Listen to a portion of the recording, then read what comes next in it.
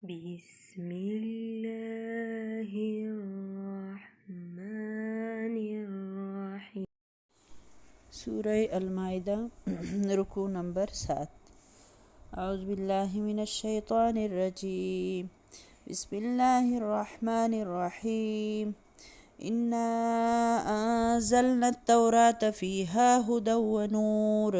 بشک مونږ نازل کو تورات چې پاغي کې هدایت او رڼا وه. يحكم بها النبيون الذين أسلموا. فیصلې به کولې په دې سره پیغمبرانو، هغه پیغمبرانو چې مسلمانانو، للذین هادو دپاره هغه کسانو، یعنی هغه کسانو ته هادو چې یهودیانو، والربانیون او دغسې ربانیان یعنی الله والا، والاحبار او عالمان هم بما استحفظوا من کتاب الله په وجه د دې چې د حفاظت ذمهداري ورکړې وه د الله د کتاب. وکانو علیه شهداء او دوی پاغې باندې گواهان. فلا تخشوا الناس پس مه یریږئ د خلکو نه، واخشوني او ویریږئ زمانه. ولا تشتروا بآیاتي ثمنا قلیلا او ما اخلئ په آیتونو زما باندې قیمت لږ. ومن لم يحكم بما انزل الله او هغه چا چې فیصله یې ونه کړله په هغه قانون چې الله نازل کړی دی، فاولئک هم الکافرون پس دغه خلک کافران دي. وکتبنا علیهم فیها او ولیکل مونږ په دوی باندې یعنی په دې یهودیانو باندې فیها په دې تورات کې ان النفس بالنفس چې بېشکه د نفس په بدله کې نفس یعنی د انسان په بدله کې انسان، والعین بالعین د سترګې په بدله سترګه، والانف بالانف او د پوزې په بدله پوزه، والاذن بالاذن او د غوږ په بدله غوږ، والسن بالسن او د غاښ په بدله کې غاښ، والجروح قصاص او د زخمونو برابرې دی. فما تصدق به پس څوک چې عفو وکي بخانه وکي به د قصاص خپل په دې سره، فهو کفارة له نو دغه معافي چې ده دا کفاره ده د ده دپاره. ومن لم يحكم بما انزل الله او هغه څوک چې فیصله یې ونه کړه په قانون د الله چې نازل کړی دی، فاولئک هم الظالمون پس دغه خلک دوی ظالمانان دي. وقفینا علی آثارهم او راولېږو مونږ وروسته له دوی نه بعیسی ابن مریم عیسی زوی د مریم، مصدقا لما بین یدیه چې تصدیق کوونکی و د هغه څه چې د دې نه وړاندې موجود و، من التورات د تورات نه، وآتیناه الانجیل فیه هدى ونور او ورکو مونږ دله انجیل کتاب چې په هغې کې هدایت او نور و رڼا وه. ومصدقا لما بین یدیه او تصدیق کوونکی و د هغه څه چې مخکې د دې نه و، من التورات د تورات نه، وهدى وموعظة للمتقین او هدایت او نصیحت و دپاره د متقیانو. وليحكم اهل الانجیل او فیصله دې کوي اهل انجیل یعنی منونکي د انجیل، بما انزل الله په هغه قانون چې الله نازل کړی دی فيه په هغې کې یعنی په انجیل کې. ومن لم يحكم بما انزل الله او چا چې فیصله ونه کړه د الله په قانون چې نازل کړی دی، فاولئک هم الفاسقون پس دغه خلک فاسقان دي. وانزلنا الیک الکتاب بالحق او نازل کړی دی مونږ تا ته محمد صلی الله علیه وسلم کتاب په حق سره، مصدقا لما بین یدیه چې تصدیق کوونکی دی د هغه چې مخکې د دې نه، من الکتاب د الکتاب نه، ومهیمنا علیه او محافظ یعنی ساتونکی دی په هغې باندې. فاحکم بینهم پس فیصله کوه په منځ د دوی کې، بما انزل الله په هغه څه یا په هغه قانون چې الله نازل کړی دی. ولا تتبع اهواءهم او مه کوه پیروي د دوی د خواهشاتو، عما جاءک من الحق د هغه څیز نه چې راغلی دی تا ته حق. لکل جعلنا منکم شرعة ومنهاجا د پاره د هر یو جوړ کړي دي مونږ په تاسو کې یو شریعت او یو لاره د عمل. ولو شاء الله لجعلکم امة واحدة او کچری الله غوښتلی نو خامخا به جوړ کړي وای تاسو یو امت. ولکن لیبلوکم فیما آتاکم، لیکن د پاره دی چې وازمی تاسو په هغه څه کې چې درکړي دي تاسو لره.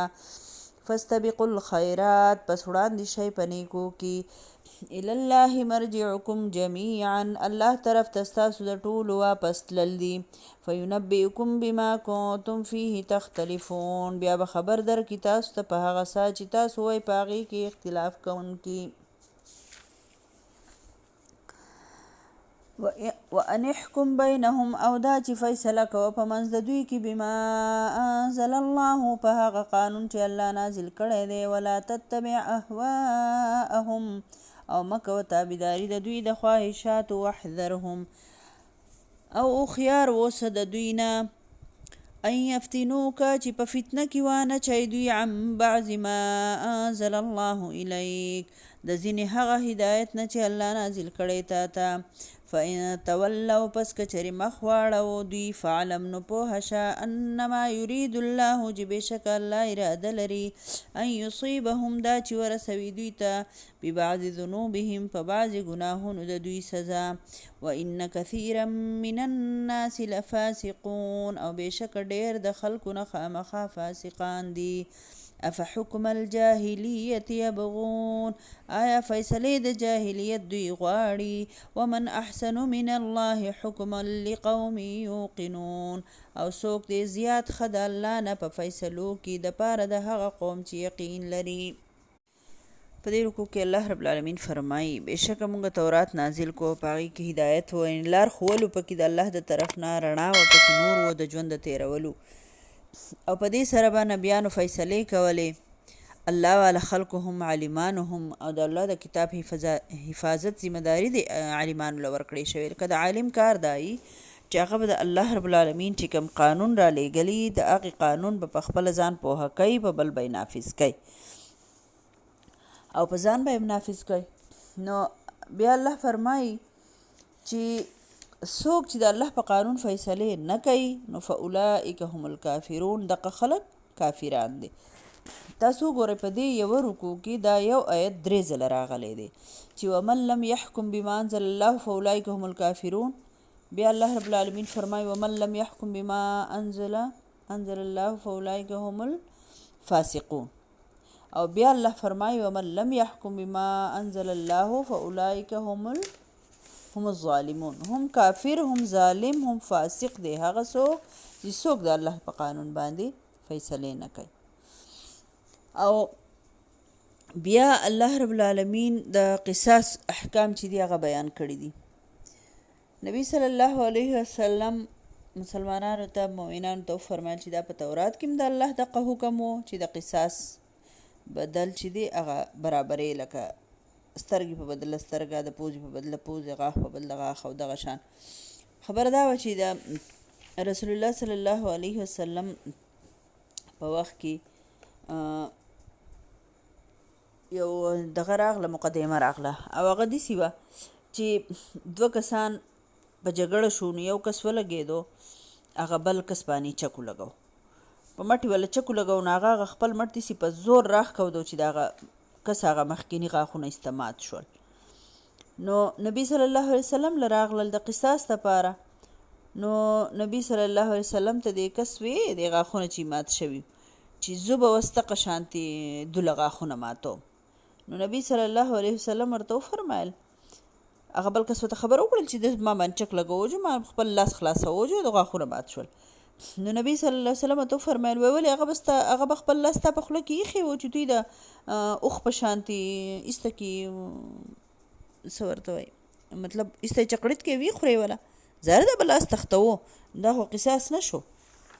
نو دغه شانتې لکه داسې مقدمه چې په هغې کې بیا د قصاص مقدمه چې ده هغې کې به خیال کوئ چې قصاص د څه خبرې دی که نه. نو دغه شانتې حضرت ابو هريره رضی الله عنه فرمایي وای د رسول الله صلی الله علیه وسلم په زمانه کې یو سړی چا قتل کو، نبی صلی الله علیه وسلم د قاتل چې کوم د مقتول وارثانو کنه څوک چې وجلې شوی د هغه وارثانو ته لکه قاتل حواله کو، نو قاتل وی یا رسول الله صلی الله علیه وسلم په الله مې د قسم چې زما بالکل د دې بنده د قتل اراده نه وه، لکه هسې جګړه کوله جو مړ شوی دی زما د قتل اراده نه وه. نبی صلی الله علیه وسلم د هغه څوک چې مړ و که نه د هغه وارثان چې نو هغوی ته وفرمایل وایي که دا قاتل په خپل بیان کې رښتینی او تاسو دې قتل کوئ نو ته به دوزخ ته ځې.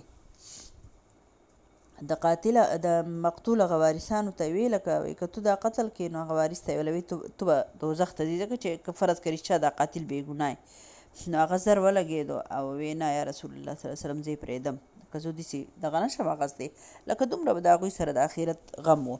او اوس چې دی نو اوس په دروغه باندې خلک ګواهانې ورکوي، قصدا د یو کس د وجلو دپاره په دروغه په هغه باندې خبره راواړئ که نه، نو دې خبرې ته ډېر زیات احتیاط پکاري چې قصاص خو دی خو هله چې مقدمه عدالت وکړي چې او دې بنده ته ګناه وه، خو نن سبا هغه عدالت هم عدالت نه دی، نو خو هله چې اسلامي عدالت چې قانون صحیح واخلي که نه د قرآن مطابق فیصلې وکړي، ځکه چې الله فرمایي چې څوک فیصلې نه کوي نو هغه کافر دی او هغه ظالم دی. الله دې موږ ټول د ظلم نه او د کفر نه په امان کې، الله دې زموږ په وطن کې د قرآن مطابق فیصلې شروع کړي او د به هله راځي چې اسلامي نظام راشي، د قرآن منونکي خلک په دغه باندې کینی د اقتدار په مشرۍ باندې او په حاکمیت او دا د نیکانو خلکو په لاس کې ورشي اقتدار، نو هله به دا کار کیږي که نه. او د هغې دپاره خو زمونږ ډېر ارمان دی، خو الله دې زموږ په ژوندانه اسلامي نظام راولي چې مونږ وینو نو بنده د صحابه و د نبي صلی الله علیه وسلم دور وګوري څومره ښایسته دور و که نه، او بس هغه خلکو څومره د قرآن نه څومره فایدې حاصلې شوې چې د قرآن نظام راغی که نه، هر طرف ته وطن دونه مالامال شو چې د زکات دپاره به بیا اعلان کېدو چې څوک شته چې زکات والي، لکه دومره په وطن کې دومره ارزاني او دومره هغه څه ورته وایي برکت راغی که نه. بیا الله رب العالمین فرمایي چې د هر امت دپاره یو شریعت و او لاره وه، نو په دې خبره ځان پوه کوي چې شریعتونه چې دي نو هغه فرق و د هر پیغمبر په هغې کې، او دین چې و نو هغه یو و اسلام، یعنی شریعت جدا جدا و. شریعت دې ته وایي که نه د دین نه مراد خو بنیادي عقیده ده، نظریه ده چې یو الله خالق دی، مالک دی، رازق دی، د هغه سره شریک نشته دی، او د هغې الله یوازې بندګي کول، د الله د رسولانو پوره اطاعت کول، د آخرت په ورځ باندې ایمان لرل که نه، دا ټول چې دی دې ته دین ویلی کېږي. او شریعت دې ته وایي چې د هر امت د مانځه طریقه جدا وه، د زکات طریقه جدا وه، د روژې حکم چې دی جدا و، لکه د هغوی په تعداد کې د هغوی په ترتیب کې فرق او د زکات شرع دې ټول نو دې ته شریعت ویلی کېږي که نه. لکه د آدم علیه السلام په اولاد کې د خور او د رور نکاح جایز و که نه، سوچ وکړئ لکه د هغوی په شریعت کې جایز و، ځکه چې الله پاک په دې دنیا کې انسانان تعداد خوره و نو دې ته شریعت وایي. ټیک ده. بیا الله رب العالمین فرمایي د یو بل نه په نیکو کې مخکې شئ، که سیالي کوئ عزت کوئ نو د یو بل سره په نیکو کې وکئ. پاک نبي صلی الله علیه وسلم فرمایي که نه په مال کې حدیث مفهوم دی، په مال کې د ځان نه لاندې خلکو ته ګوره او په نیکۍ کې د ځان نه باندې خلکو ته ګوره چې د نیکۍ جذبه دې سیوا کېږي، چې زه هم د الله تعالی د دین کار وکم، په نیکۍ کې مخکې شم، عبادت ګزاره شم. صحیح ده.